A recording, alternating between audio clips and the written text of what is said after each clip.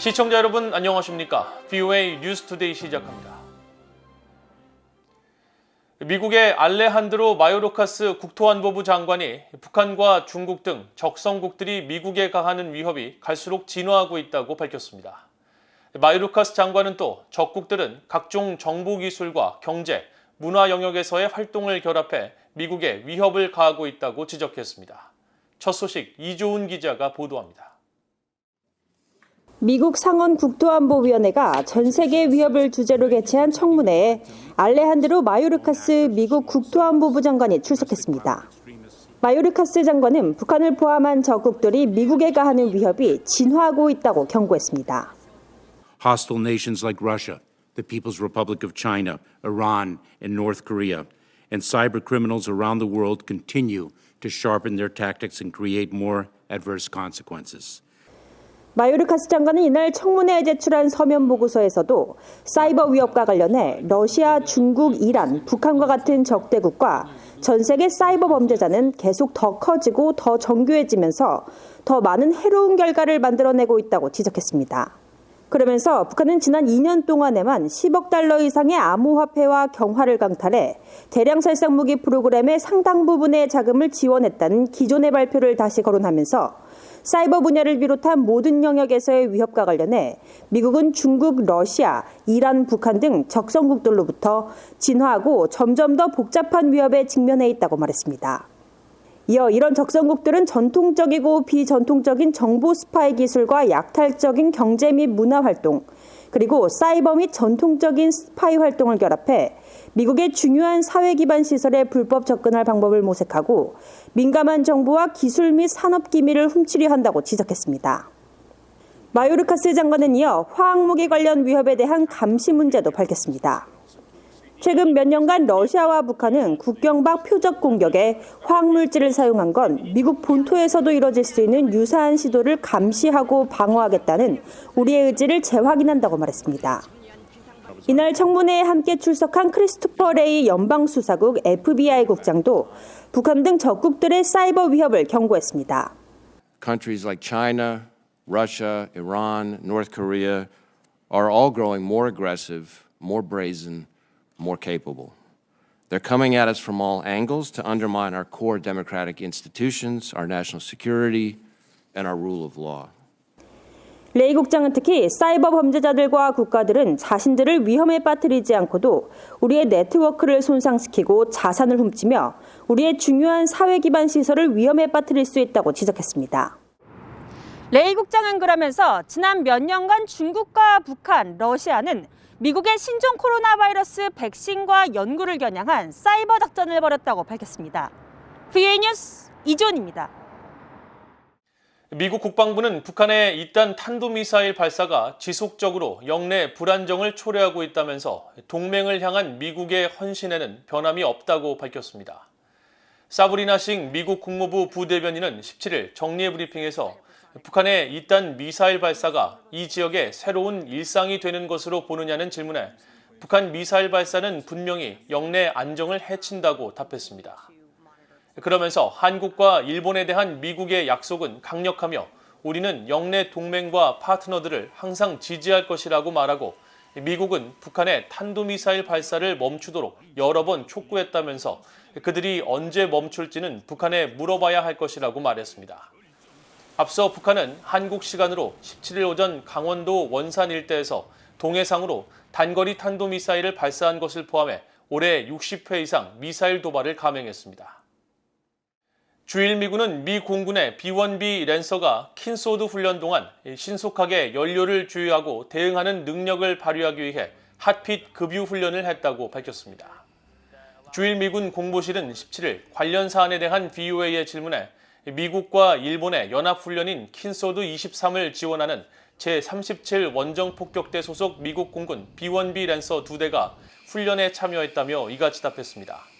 그러면서 이들은 일본, 호주, 영국, 캐나다, 미국 등에서 온 370대가 넘는 항공기 가운데 일부로 동맹국과 상호 운용하고 신속하게 대응할 수 있는 우리의 집단적 능력을 강화하기 위한 훈련을 하고 있다고 설명했습니다. 이런 가운데 죽음의 백조로 불리며 북한이 가장 두려워하는 미국의 전략 자산 가운데 하나인 전략 폭격기 B-1B 랜서는 여전히 괌에 배치돼 2시간이면 한반도에 도착할 수 있는 위치에서 한 달 가까이 출격 태세를 유지하고 있는 것으로 파악됐습니다. 괌 앤더슨 공군기지를 촬영한 플래닛 랩스의 17일자 위성 사진에는 B-1B 랜서 전략 폭격기 2대가 활주로와 유도로 사이에 야외 계류장 2곳에 세워진 모습을 볼 수 있습니다. 앞서 미국 공군은 지난달 18일과 19일 B-1B 랜서 각각 2대를 괌에 전진 배치했으며 이후 B-1B 랜서 2대는 한반도 시각으로 5일 한국과 미군의 연합공중훈련 비질런트 스톰에 참여했고 이후 일본 항공자위대의 전투기와도 공동훈련을 수행했습니다. 미국은 북한의 핵실험 준비 정황 등을 우려하며 추가 핵실험은 국제 비확산 체제에 대한 모욕이 될 것이라고 국제원자력기구 IAEA 주재 미국 대사가 밝혔습니다. 로라 홀게이트 IAEA 주재 미국 대사는 16일 IAEA 정기이사회 북한 관련 논의에서 발표한 성명을 통해 북한의 핵실험 준비 동향과 진전 사항은 심각하고 증가하는 국제적 우려의 원인이라면서 금세기에 핵실험을 실시한 나라는 북한뿐이며 새 핵실험은 비확산 체제에 대한 비난받아 마땅한 모욕이 될 것이라고 비판했습니다. 이어 이 같은 핵 프로그램 진전은 지난 9월 북한이 핵무력 정책을 채택하고 이 법이 핵 보유국 지위를 불가역적으로 만들고 선제적 비핵화는 없을 것이라고 주장한 것에 따른 것이라면서 어떠한 북한의 국내법도 불법적인 핵무기 프로그램을 일상화하지는 못할 것이라고 지적했습니다. 유럽연합 EU도 이날 발표한 성명에서 북한의 불법적인 핵과 탄도미사일 활동이 세계 핵 비확산 체제를 약화시키고 국제 평화와 안보에 심각한 위협을 가하고 있다고 지적하고 유럽연합은 북한의 핵무기와 탄도미사일 시험을 중단하고 모든 종류의 미사일 발사에 대한 완전한 유예를 이행할 것을 촉구한다고 말했습니다. 북한의 김정은 국무위원장이 신종 코로나 바이러스를 빌미로 북중 국경 지역의 감시를 대폭 강화한 사실이 위성사진 분석을 통해 확인됐다고 국제인권단체가 밝혔습니다. UN 강제실종실무그룹은 북한에서 실종된 한국 전 국군포로 2명의 정보를 요청하는 질의서를 북한 정부에 보냈다고 밝혔습니다. 김영권 기자가 보도합니다. 신종 코로나 바이러스 대유행 전인 2019년 3월과 올해 4월 함경북도 국경도시인 회령을 촬영한 위성사진입니다. 3년 사이 북쪽에 기존 철조망이 더 보강되면서 9.2km에 달하는 새 철조망이 설치된 완충지대가 만들어졌습니다. 이 일대 5개에 불과했던 감시 초소는 코로나 기간에 무려 169개가 더 늘었고 순찰도로도 확장됐습니다. 세계 100여 개국의 인권 상황을 감시하는 국제인권단체 휴먼 라이츠 워치는 17일 김정은 정권이 코로나를 빌미로 국경 지역의 감시 활동을 대폭 강화했다며 위성사진 분석 결과와 이 지역 출신 탈북민들의 증언을 공개했습니다. 이 단체는 전 세계에서 유례를 찾을 수 없는 이런 과도하고 불필요한 조치로 접경 지역의 비공식 무역이 거의 중단돼 북한 주민들은 생필품과 의약품 부족 등에 시달리고 있다고 지적했습니다.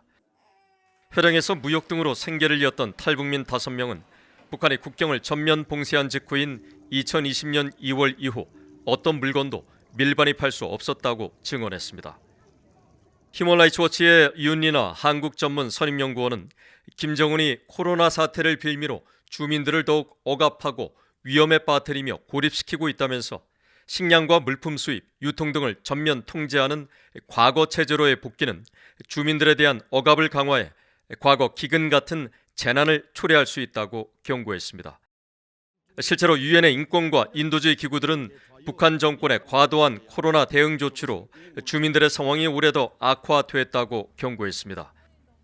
이 같은 지적은 유엔 총회 제3위원회가 북한 인권 결의안을 채택하는 과정에서도 잇따랐습니다. We remind the DPRK that its restrictive COVID-19 measures should be proportionate and should not be used as a tool to further constrain the freedom of its citizens or to restrict the ability of the international community to engage with authorities in Pyongyang. 이런 가운데 유엔 강제실종 실무그룹은 실종된 한국전쟁 국군포로 2명에 관한 질의서를 북한에 보냈다고 밝혔습니다. 유엔 강제실종 실무그룹의 아우아 발데 의장은 최근 한국의 6.25 국군포로 가족회 등에 보낸 서한을 통해 북한에서 실종된 국군포로 출신 황금만, 한만택 씨의 생사와 행방을 밝히고 이들의 권리를 보호하기 위한 적절한 조사가 이뤄지길 희망한다는 질의서를 북한 정부에 보냈다고 밝혔습니다. 기회 뉴스 김영권입니다. 엘리자베스 살몬 유엔 북한 인권 특별 보고관은 미한일 3국 정상이 공동 성명에 납북자와 한국인 억류자 문제를 포함한 데 대해 환영한다고 밝혔습니다. 살몬 보고관은 16일 VOA와의 인터뷰에서 이번 공동 성명은 북한 인권을 전면에 내세우는 매우 좋은 사례라면서 이같이 밝히고 북한의 다른 측면을 고려하지 않은 채 안보와 무기, 미사일만 논의할 수는 없다고 지적했습니다. 이어 3국 정상이 북한 정권에 의한 납북자들과 한국인 억류자들의 즉각적인 석방을 촉구한 것은 매우 중요한 움직임이라고 평가했습니다. 또 5년째 공석으로 있는 미국 국무부 북한 인권 특사가 임명되면 북한과 아시아 지역, 국제사회에 북한의 인권을 잊어서는 안 된다는 매우 강력한 신호를 보내게 될 것이라고 강조했습니다. 북한 서해상에서 선박간 환적으로 의심되는 움직임 2건이 추가로 포착됐습니다. 북한 서해 초도에서 남쪽으로 약 2km 떨어진 해상을 촬영한 17일자 플래닛랩스의 위성사진을 보면 길이가 각각 100m인 선박 2척이 작은 선박 1척을 사이에 두고 접선 중인 모습이 잡혔습니다. 또 이 지점에서 서쪽으로 약 1km 떨어진 지점에도 길이가 각각 90m인 선박 2척이 작은 선박을 가운데에 두고 접선을 하고 있었습니다. 유엔 안보리는 지난 2017년 북한이 공해상에서 제재 품목을 거래한다는 각국의 지적이 잇따르자 같은 해 9월 채택한 결의 2375호에서 이 문제를 처음으로 언급하고 북한이나 북한을 대리하는 선박이 공해상 환적을 통해 물품을 건네거나 넘겨받지 못하도록 했습니다. 올해 들어 북한 초도 인근의 서조선만, 즉 북한의 서해 일대에서는 선박 간 환적으로 의심되는 행위가 끊이지 않고 있으며 VOA가 위성사진을 통해 확인한 북한 서해에서의 환적 의심 사례만 이번 2건을 포함해 모두 29건에 이릅니다. 이상으로 VOA 뉴스투데이를 모두 마칩니다. 시청해주신 여러분 고맙습니다.